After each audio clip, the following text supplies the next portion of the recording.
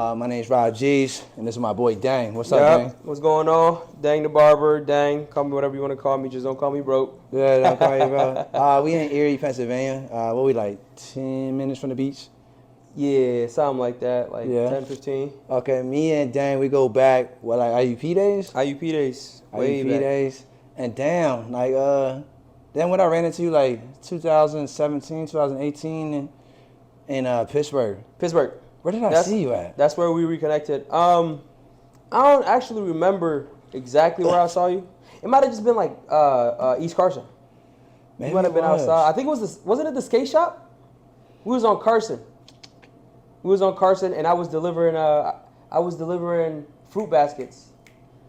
And I pulled up by your house because that's when you stayed on East Carson. And I think that's the first time. When I was on 18th. I don't remember. I don't remember because I was on the hill. It was on the hill. You came up because I had the little futon bed and the TV on the wall. I remember. Yeah. And I forgot about that until right now. Because I had the party house back then, but I remember. Only thing I remember is you being at the house and showing me Illegals the content video you did for them. Yeah. And that was pretty much it. And then we shot. Obviously, we did that little biography, a little video around the city. Yeah, it was like an artist introduction. Also like experience what the artist is like type of video. Right. Like a quick short video for your YouTube. When you think about it, when I look back at that video, so much has changed for them. Like just like appearance, like I think about how I was looking. I had the little not like the trench coat, but like the little dress coat on, and I remember when I was talking about it, and I was like, and I looked back at it like a month ago, and I was like, damn, a lot has changed, you know, from back then. But anyway, so what's been going on? I feel like you stepped your hustle up a lot too. I did. Even though you was on your ground back then, now it's like I feel like you got your hand on a lot. I was just getting started. I wasn't even really in much. I just had a vision where I wanted to take things. Yeah. And and you was one of the first guys I ran into. And I was like, this is what I want to do. So what's been going on since then? So a lot happened for me. I left Pittsburgh. Obviously, I came back to the city. My mom was out here, and she was having some health problems. So that's the reason I came back to the city. Actually, I was gonna go from Pittsburgh and go to Cali. And that just ain't end up working out. So Cali? Yeah. You didn't tell me that. Yeah, I was going to go to Cali. I was, because, I was doing the video shit. At the time, this was before I became a barber or anything. At the time, I felt like that's the path I was going to go through. Because when I was in Pittsburgh, I was working for Covalent. What's that? It's a video production company. That's where you was getting all those cameras and all that stuff. I was like, this guy is coming out with movie shit. Yeah. The camera we shot that video with, that was my camera. All right. But since then, I upgraded my shit even more. Yeah, you always had good stuff. Yeah. One thing about you've always had at least a good camera. Like, I have a high camera, but you had that high tech stuff. I feel like, I don't know, I feel like no matter what you do, no matter what lane you in, no matter what, the most important thing is the branding. Yeah. No matter what. And marketing. Same umbrella. Yeah. You know what I'm saying? I feel like the most important thing is the marketing and the branding. And it takes good equipment to produce good stuff, That's true. So that's always my focus. Whenever when I had you on the podcast, first thing you said is like, oh, the equipment was serious, the production quality was up there. Yeah. It's like that's my thing. It's like if we're gonna do something, we're gonna do it right. What's funny is I have some pictures from you on my photography page, and you had them little twisties in your hair. Yeah. And now you bald. I'm bald, man. But that makes sense, yo. You look right. Like if I had the bald head, it wouldn't. I look crazy. Nah, you got the beard. Nah, I look crazy. I got a big head, bro. You got a long head. Yeah, it wasn't. I remember my dad before he had dreads, he had a bald head. I mean, he pulled it off with me. I don't know, bro. But why you ain't go to Cali? I had to come to the city. I had to come and take care of my mom. I got a sister and another brother and two brothers. But everybody was in a situation where they couldn't do nothing. Right. So I just stepped up. Stepped in, did what I was supposed to do, and I'm glad though because it gave me different paths and opened up different doors. Right. That changed my life and allowed me to because living in Pittsburgh and moving to Cali, I had the mentality of working with a production company and working on somebody else's stuff. Okay. You know what I'm saying? Right. Since I came back to Erie, I've been really focused especially after the pandemic, really focused on like doing my own stuff.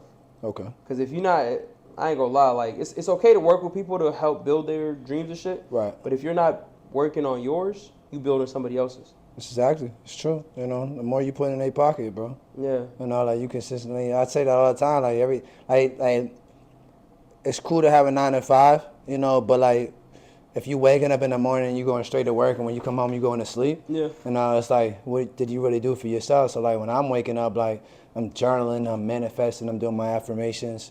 You know, I try to get outside to get in the sun. I try to, hit the gym, and I try to do little things for myself. And then when I get home, I try not to just go to sleep. You know, I try to get busy doing what I need to do. Otherwise, like, them 8-9 hours that I got busy working for somebody else, put money in their pocket. I did nothing for myself. Yeah. You know, and so like, and then you do that consecutively. You know, it's like, okay, I'm sleeping and I'm working for them. You know, and I'm not really doing nothing for myself. Yeah. You know, so Cali would have been a move too, though. Cali would have been a super move. A bit expensive.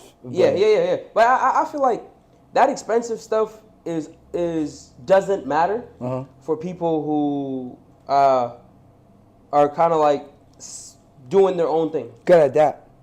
You gotta adapt, but it doesn't matter because, right, if you are providing a service and it's more expensive over there, guess what? The service that you provide costs more over there. Exactly. So cost tends to like translate with expenses. Right. The only time it sucks is if you got a job. Yeah. And somebody else is dictating how much you make from your job. And then you leave here making 20, and then you go there making 20, but the norm over there is 40. Now you're under pressure. But if you're selling something, if you're providing a service, if you're anything like that, and you already understand what it takes to like, I'm not even gonna say dominate your field, but you understand what it takes to like be successful in your field, and you understand what you need to do, and you're someone who's competitive. Let's just say competitive amongst your peers in whatever you do. If you leave any city and go to another city, you're gonna be okay. Right. It's gonna take time to build that. I don't want to call it a fan base, like client base, right? But once you get it, you're gonna be okay.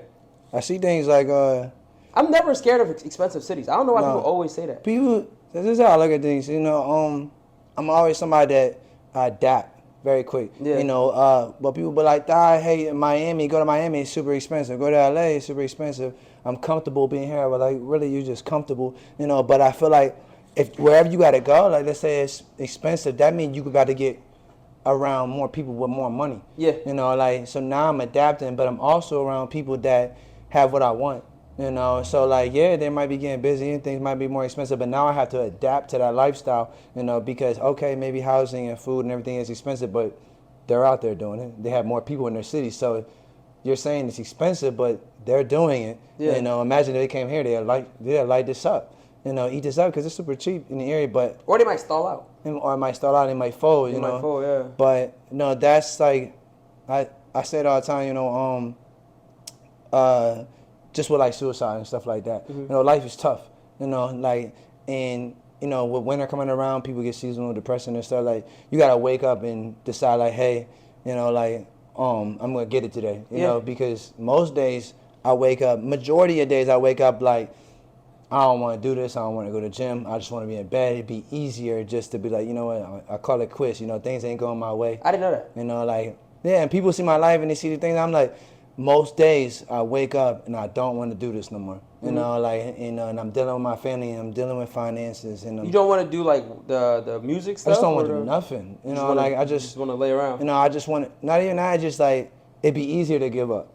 It'd be easier to just quit, you know, and just say, hey, I'll just work for somebody, you know, and I'll just be the bare minimum. But like, if I can have everything, why come I can't go get it, you know? And I realize now it's consistency and it's patience and it's on God's timing, you know. And but most days I just don't want to do this no more, you know. But I have to click and just be like, most days, some days you wake up and you know, like I ain't doing nothing today. Yeah. And maybe then it's the next day, and then you get too comfortable, and now it's like I ain't been in the gym in 4 or 5 days. Yeah. So you gotta push yourself, you know.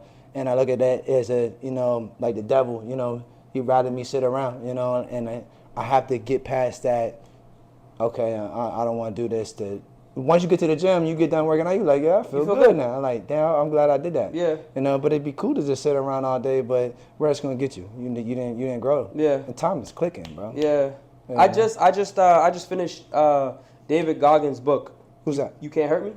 Ball dude. Who's gonna carry the boats? He was in the military for like for like 20 something years. He does ultra marathons, and if you like reading and you haven't read that book, phenomenal read. Yeah.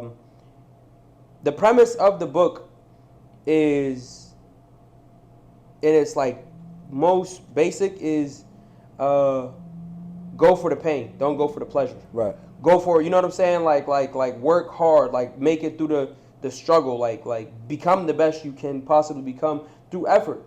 And in that book, he just talks about how like he makes you realize no matter how hard you're going, right?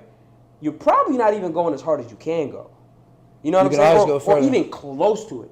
Yeah, it's crazy. Like reading this book, bro. I don't really like running. I love exercising. Most people know I love exercising, but I'm not the biggest fan of running. Yeah. But reading his book has made me want to run. It's made me want to intentionally go for the shit that sucks. Yeah.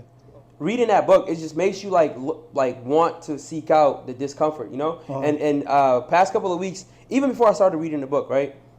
I've been in this mentality of whenever I don't want to do something, that is the reason I should do that thing. Right. And just that little thought, right? It's been motivating me to get up and do stuff. Because usually, for me, I wake up and I don't necessarily feel like oh, I don't want to do this, I know that. Like my life is easy. My life is hard. It's extremely hard, and a lot of people wouldn't make it through it. But because of my perception, I feel like my life is easy. Right. I'm blessed. You know what I'm saying? I'm a 6'3", handsome, funny dude. Like my life is relatively easy. Right. You know what I'm saying? I made it through way worse. I had crazy struggle. I used to, when I was a kid, we would like take a pot, you know, a teapot. You would heat it up until it's boiling, and then you would take a bigger bucket, like a recycled soap bucket. You know what I'm saying? We would take that, we would like fill it up with water. The water was cold, there was no heat. You would take that hot water, you would pour it in there, and then that was your shower water.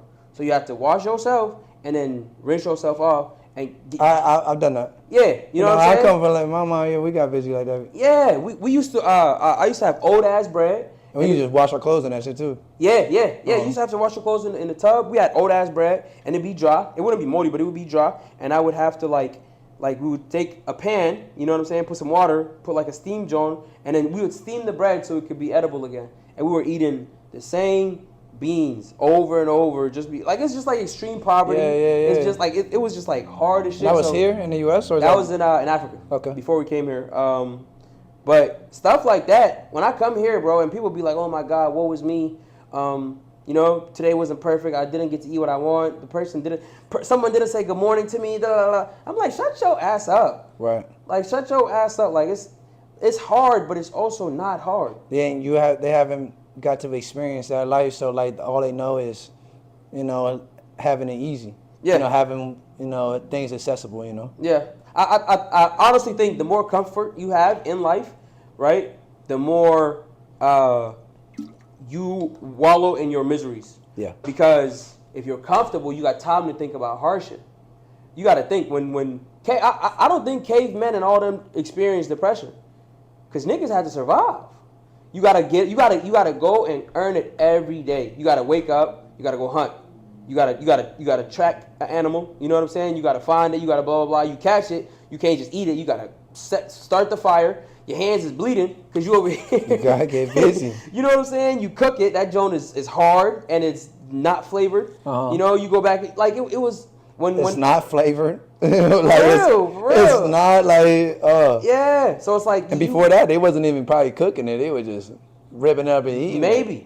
Maybe. Yeah. So it's like when I notice when I got a lot of like struggles that I'm going through, it keeps me in my head less. Yeah. And when everything is kind of calm, you like that's when you get the overthinking. That's when you get the questioning everything. That's why I try to. It might be a gift and a curse, but like I try to stay busy. You know, stay active, so like I'm not thinking about anything else that I really have going on. You know, and yeah, pretty much that's pretty much the reason I stay busy, because it would be a gift and a curse. You know, because when I do sit down and then everything's starting to hit me like, damn, okay, I got these bills. My mom going to do this. You know, I haven't reached my goals yet. My brother's still locked up. You know, okay. things start clicking. But as soon as I get busy, I'm moving around. Like today, like in the morning, I have a dump book. Basically is anything that's going on in my head before I get out the door, I write it down. Yeah. Whatever is bad, negative, positive. So I go out throughout the day, and I'm not even thinking. I could just be clear-headed to move around how I want. And when I get back, I write how the day goes. But like if I'm sitting around, I just kind of ponder in it. And then you start getting like, you start getting upset. You just start thinking about things. Yeah. Yeah, that's I have the habit of, I try to establish the habit of journaling, and I do it infrequently. Yeah. A lot of my like good habits, I only do them when I feel like habits like that, like creative outlets and like journaling and stuff like that. Right. I only do them when things aren't going good. Yeah. Does that make sense? And that's a tendency that I had even with praying, and the same thing with journaling. Like, okay, things aren't going good, just like you said, and then now I want to do things instead of doing them every single day. Yeah. I'm trying to get to the position of doing them every single day. I'm actually right now I'm doing 75 hard. Did I tell you about that? No. So essentially is you got to 2 exercises a day. You know what I'm saying? I'm gonna call them exercises. One has to be outside, one has to be inside. They could just you being active. You could take a walk, ride a bike. It doesn't have to be super intense, but it could be. It's up to you. 2 exercises a day. You got to follow a diet. You can't drink or do any cheat meals. You have to read a minimum of 10 pages a day, and then you got to take a progress picture. And I'm really You did say something like that. But maybe you didn't follow through with it. Maybe it was last year you were doing it. I started it before. Yeah, you did. I never finished it. This time I started it before I went to Houston. And I was doing good. I was getting up and exercising in Houston, even though it was super mild. It was like I would take a run or a walk outside. It counts, and I was drinking enough water. Like I bought 2 gallons, and I was in the car everywhere with a big ass gallon. Yeah, like I'm really locked in on this Joe. But the food, man. When I was eating, I ate freely. Like the first day, I was good. I was counting my calories, all that. Second day, I ate freely. Yeah, I tried to count calories. Suck at it. Yeah. I'm just lazy with that. I need to, because I know that's the way to get to where you want to get to. Not everyone is the same, but I'm the same. Like I when I'm doing it, I'm locked in. When I'm not, I'm not. You know what I'm saying? Right. But I'm my focus right now is trying to get myself established with my habits and keeping them consistent forever. Instead of just like temporarily, because I get the goal and then be like, all right, cool. And then take the foot off the brakes. Yeah. And then you go back to where you was at. You gotta keep pushing. You gotta continue to keep climbing, bro. Yeah. So with that being said, because I know you're about to go to, where you going? New Orleans. Going to New Orleans. Yeah. So with now, I know that we talked a little bit about. Get your water. Oh yeah. You gotta drink water. You got the big gallon too. Yeah. So I know before we kind of get into that, I know that now you just moved. You just relocated. You just got in here. I know you was doing it before in another shop, but you just got here, so that's a blessing. So congrats on that. Thank you. So what's next? I know you want to get busy. I know you had the podcast going. That was fire. I was on your podcast. I know we was talking about doing this podcast for a minute. Damn near what, a year? Like when I was trying to get you to go to Pittsburgh. We were supposed to pull up on you. Yeah. We were supposed to pull, and I was excited to pull up on you, but miscommunication. Yeah. Miscommunication within our team, and we couldn't make it. But I'm glad I'm here now. Right. You know what I'm saying? Things happen, and I ended up moving here. So and that weird. So so what's next for you? So I just moved shops in April. Okay. Right, and I've been loving it here. So it's busier here, so I don't have to post as much. Right. That's why you see I deactivated my Facebook and my IG, and I just been cutting, and I really like that because I feel like if you're trying to maintain your main thing, and then you're trying to do something else, it's too heavy. It's too much shit. You know what I'm saying? Like if I gotta make reels and this while I'm still trying to make reels and episodes and blah blah blah, making stuff for your main business takes time from that, or vice versa. It does. So you kind of gotta have enough time for multiple things separately. But I just moved to my apartment literally 9 days ago. Okay. You know what I'm saying? And I'm settling in. I'm setting up my computer room in my recording room, I'm setting up the crib, and once I set that up, I'm jumping right back into everything I was doing, and I'm going at it way more aggressively, way more consistently. I'm gonna set a goal of dropping content daily. So obviously not long form content because it takes more time to do, but reels. You know what I'm saying? Quick reels. I'm gonna be doing like fashion reels where I like grab like a pair of shoes and throw like 3 outfits together and just like do a quick fun edit. I'm gonna be doing fitness stuff because I'm back on my fitness journey. So I'm gonna be talking to people, educating people on how to like, you know what I'm saying, really lock in with your mindset and your fitness and and showing people how to eat appropriately so they can lose fat and how to catalog it too. That's like one of the most important parts. Is like knowing where you're going. Yeah, people think they just working out, it's just going to get you busy. And then I had to realize I was working out a lot. I wasn't seeing the results. Because I wasn't eating correctly, but also not, doing maybe the right forms, counting my calories. Some people are just naturally gifted. Others just like me have the worst genetics. So like I gotta do certain things. So that kind of makes sense. I don't think anyone is naturally gifted. Well, I can't say anyone. I don't think 99% of people are naturally gifted. I think it's easy to attribute natural gifts to someone who you've seen be successful for a very long time. I see my brother Gary out here, giving, loving to death, he smokes heavy, he drinks heavy, he eats heavy, nasty stuff. He don't work out at all, but every time I see him, I'm like, bro, how are you built like that, bro? Like, I was like, you don't hit the gym. I'm in here every day. Yeah. I was like, I'm like, your genetics gotta be crazy, or just, I'll be just thinking like, I'm over here like, damn, he's over here just tearing up these hot dogs and feeds it, whips out a pack of cigarettes, and then he got a bottle in the book bag, and I'm like, how? And he over here balling up on the court, full energy. I'm over here tired. And I'm the one that don't smoke. I'm not drinking. I'm in the gym every day, so. That's funny. And he might be an anomaly, but I say that again to say this. I remember my boy Eddie. He was talking about how people perceive him, right? They perceive him as like the fun guy. They perceive him as someone who's always turning up, out, partying, eating, da-da-da-da. But he be having a lot of other shit going on, and he don't post because he likes keeping certain aspects of his life private.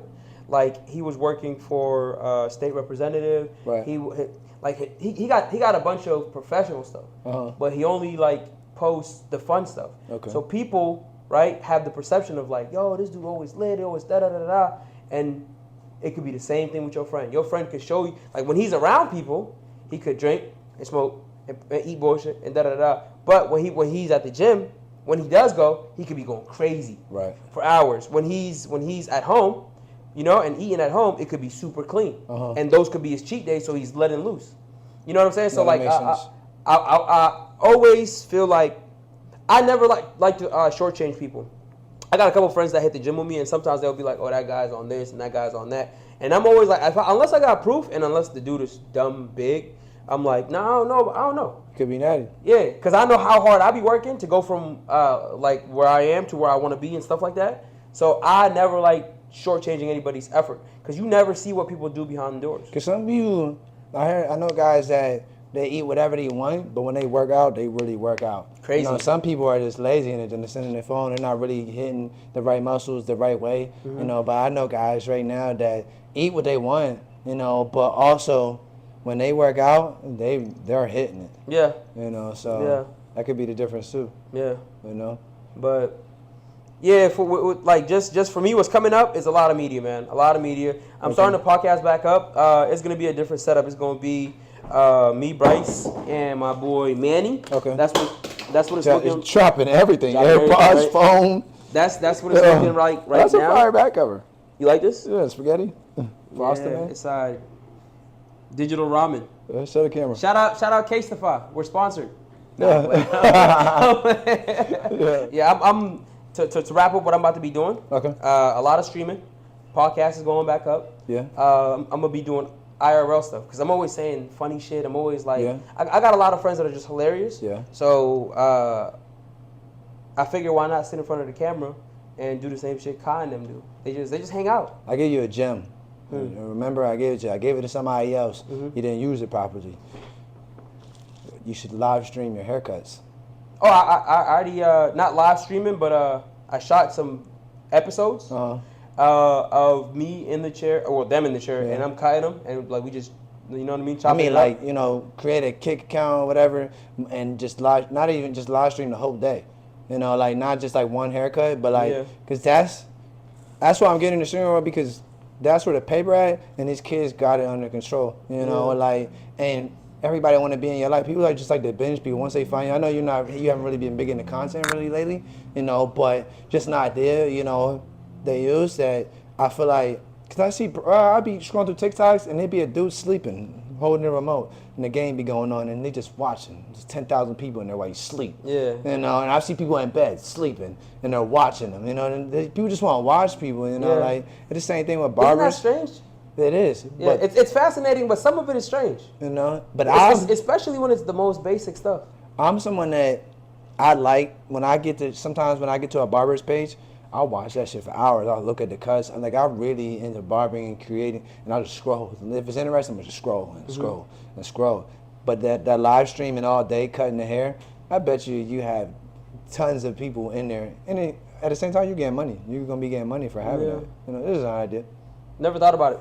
What I did think about is I've seen a couple of these shows where I think it's like a Midwest show. It's like a roasting show where they would have 2 people log in, and then they would just be the judge, and they would just laugh as the 2 people are like cooking each other. You know what I'm saying? I like something like that where people are like logging in and they're just like roast me, and you just flame their ass. That would be fire. That'd be like stuff. I just like having fun. And the barbershop is fun. It is. But I feel like I have way more fun. Yeah. Or the most amount of fun on other stuff. That's why I'm doing the street. Like, even I told you earlier before we was on camera, I had an idea for the barbershop. Right. And it was going to be called Hot Seat. Don't steal my idea. Yeah, because you know how these guys are. Proprietary information right here. Yeah, you know how they are. But Hot Seat. And it was going to be, I was either going to be cutting the clients or behind the camera, and then I was going to have another barber behind the chair cutting. And it would be like 4 people in the audience and 1 person sitting in the chair. And the 4 people in the audience would be roasting the hell out of the person in the chair getting a haircut. And the person in the chair is also funny, so he could throw jokes back, but it's 4 versus 1. So he's going to be getting jumped by jokes. Some, you know, like how we probably grew up, like we bust on each other, on our family, our friends, loved ones and stuff like that. That's how we show love. Yeah. But some people are sensitive, you know. Like, so they can't take a joke. It would be the people that are funny. Like like I know a few people that would be good for it. Because like the thing is, you're only in the chair for 30 minutes. Yeah. And after your cut is done, you get up and you go become an audience member. And then one of them niggas that was lighting your ass up gotta come in the chair. So now it's 4 against 1 on the person that was, you know what I'm saying? Yeah, don't steal his shit, cause that's like, I know how. Yeah, that would be fire. It would be like 30 minutes each episode for like a long episode, podcast type episode. Yeah. But then like I would snip it up for the funniest jokes. So each person in the chair would be like 6 minutes of them being roasted. It would be a series, and it would take like literally, it would be a whole series of like 5-6 episodes, and it would only take about 2.5 hours to record it. Yeah. Because the whole time the person is just cutting. I'd probably pay the barber out of my own pocket. The person is just cutting. They're talking shit. We're all laughing for like 2 hours. After that, everyone just goes home, and then for 5 weeks, I'm dropping episode per episode. That'd be dope. You know what I'm saying? There's always like consistency. Little stuff like that, man. I just. People like to laugh. Yeah. That's the biggest things that go viral these days. Is like people just want to be, you know, to feel good. You know, like, and I think that'd be genius to do that. Yeah. I noticed the most fun I have when watching YouTube videos, because that's how I like to perceive stuff when I'm thinking of success and how shit will blow up. Is like, how much am I enjoying it? Right. That means other people enjoy it like me, because most people are like me, and I'm like most people. So my perspective on a lot of stuff is like, how much enjoyment am I getting out of doing this thing, and that directly translates to how well that thing's gonna do. I feel like whatever you decide to do, you know, like you'll be good at it. Same for you, because you've been everything, you know, like, you know. Ever since I've known you, I feel like everything you know introduced to me, you've been you've been tough at, you know. So like, especially with like, since I've been here, I haven't met too many motivated people, but like that's why we've always clicked, because I feel like, you know, we've been somebody, you know, people that like to climb, you know. And it's the same thing with like trying new things. You know, a lot of people are scared to try new things. Like people see me longboarding, I'm at the beach, you know. I'm like, brother, I was like, you started skating? I said, bro, I grew up next to a BMX park. You know, like until everybody thought it was lame, you know, like where I come from, you know. But I, you know, BMX and half pipes and skating and rollerblading, you know. And you was able to do any of that stuff? I was able to do it. Nice. Nowadays, I'm not doing that stuff now. Not getting off the ground. Yeah. That like what I just told you, what I think you would be immensely successful in, is what I actually want to do in my life. So like a lot of people, when you said we're gonna shoot this Joan, you was talking about being a barber, and we ain't really talked too much about being a barber the whole time, and that kind of like reflects how I feel about barbering and how I feel about media, right? Yeah. I like being a barber. I don't love it, right? Right. Some people, like my boy Manny here, he says he loves it. Like all of them, I'm sure they love it. I see barbering as a means to an end. Right. I'm good at it. I just happen to be the person who, I'm good at it because I take everything I do seriously. I can't half-step nothing, or I don't want to do it. You know what I'm saying? Right. And I do love aspects of barbering. And the aspects of barbering that I love is connected with people. Yeah. So if you gave me $1 billion and I never had to work again, none of my family had to work again, everybody's set, whatever, I would stop cutting hair. Right. But I would own a barbershop. Right? That sound like me. Yeah, because and I wouldn't completely stop cutting hair. I would cut multiple clients. Mm-hmm. You know, I'd come in, cut like 3-4 clients a day, because there's certain clients I really like talking to. Like earlier, my boy Dan, he came through. I cut his hair. You know what I'm saying? I didn't get to talk to him too much today because I was on the phone with my brother or whatever. But I love talking to him because he always comes in with a different perspective, and we always like share knowledge with each other and like share perspectives with each other. So invaluable conversation. My boy Jay, he brought his son in here. Okay. You know what I'm saying? Every time his son comes, Jay is my high school friend.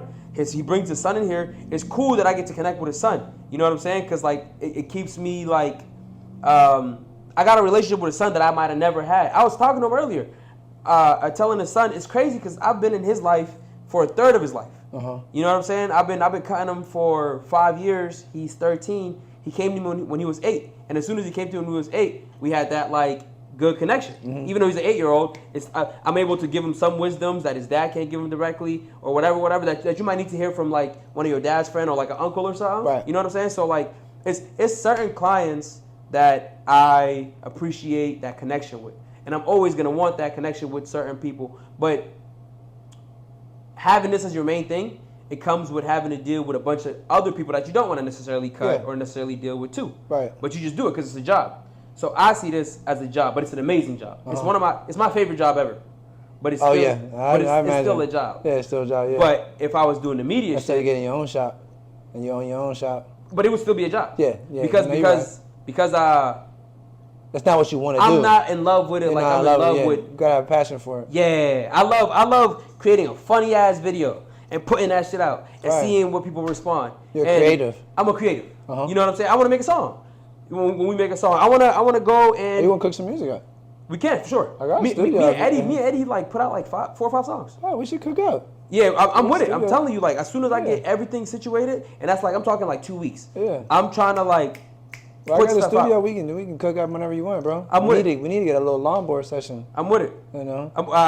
With that, my knee. I got to make sure I can. Right. You know what I'm saying? Not to cut you off, but I need that because before I went to Paris, you cooked me up. I had a little photo shoot, you know, like I had the photos or whatever I did with my boy Ian Pittsburgh, but cooked me up, and you never posted, never sent me the videos. I need those. Maybe I'll put them in this. I gotta look through my phone. Yeah, because you took some videos. I was like. Oh, the I can't really just. I can't because I knew you was gonna cook me up, but also you know I don't really be like I really. It was the first cut I even had in Pittsburgh. What I like to do, especially with these podcasts, is like I've had Mara Hodge sign a football for me. I had David Corey sign a mic for me, which is interesting because I grew up listening to him, and then I ran into him in the gym. That's another topic. That's another conversation. Yeah. But I would love for you to sign the Clippers. And, I actually feel honored that I get to sign this, and you get to keep one of the mementos. This is tough. I want to put it up in my studio. I want to just start putting things that people signed up. Yeah. You know. This is a cool ass idea. Make sure it's fire. Okay. I feel like I got to get new clippers now. One day this joint gonna be famous. Yeah. Shout out to the camera. You know what I'm saying? One day this joint gonna be famous. Yeah, I appreciate that, bro. Same. I'm gonna steal this idea. Yeah. Yeah. You know what's funny? The same marker. I manifested. I went to the Flow Rider show in Erie, and I wanted him to sign my album. He used the same marker. And what was weird is that when I handed it to him, I think he thought it was him, but it was me, and I hid behind it. I was like this. I was holding this big ass poster board of my album, and I was like handing the marker out to him, and then he grabbed it and he looked at it like it wasn't him, and he was like, and then he signed it. Oh, he thought it was somebody. But I gave him the method. Album. I'm shoving the marker in his face, so it's like here, sign this, or whatever. Yeah, because I knew it was a selling strategy. I was like, he'll sign it if I hold it to him, but he probably thought it was like, this is somebody else. Why you got me signing him? And he looked at me. I said, it's me. Yeah. Anyway, any words of advice just to wrap up? We're wrapping this up. I appreciate having you on here. I'm glad you invited me on here. I'm happy to be on here. We'll have to do this again for sure. I'm gonna once I get my joint established, you definitely going. Cause I feel like we always talk about we always get into deep conversations, and it's one of the times we get to get it on camera.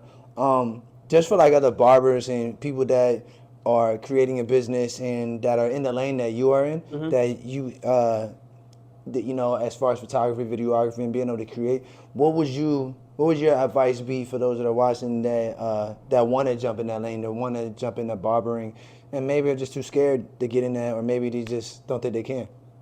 Okay, yeah. What I will say is, and I want to give advice to this question, and the question you just asked me off camera too. You're like, what would I tell someone who, you know what I'm saying, is frustrated and is trying to get breakthrough or whatever? I'm gonna give more general advice on this. One, I'll say, don't be afraid to try stuff. Right. We had the same theme this whole time we were talking. Like, we just try shit. Right. You know what I'm saying? You got a longboard, I got a longboard. I never knew you had a longboard. I bought mine separately from you. Right. I don't know nobody like in the city here that got a longboard. Right. And I took my shit and I went to the peninsula and I rode it, and you said you did the same shit. Other people that look like you, sound like you, might not even look like you, are trying stuff. Right. You know what I'm saying? You'll never know how good you are at something or what you like or what's your passion or whatever if you never give yourself the opportunity to try things. Right. So just try it and just know if you fail, you're supposed to fail, because failure is a part of success. Right. You know what I'm saying? You will never get anywhere in life if you are not willing to try and fail.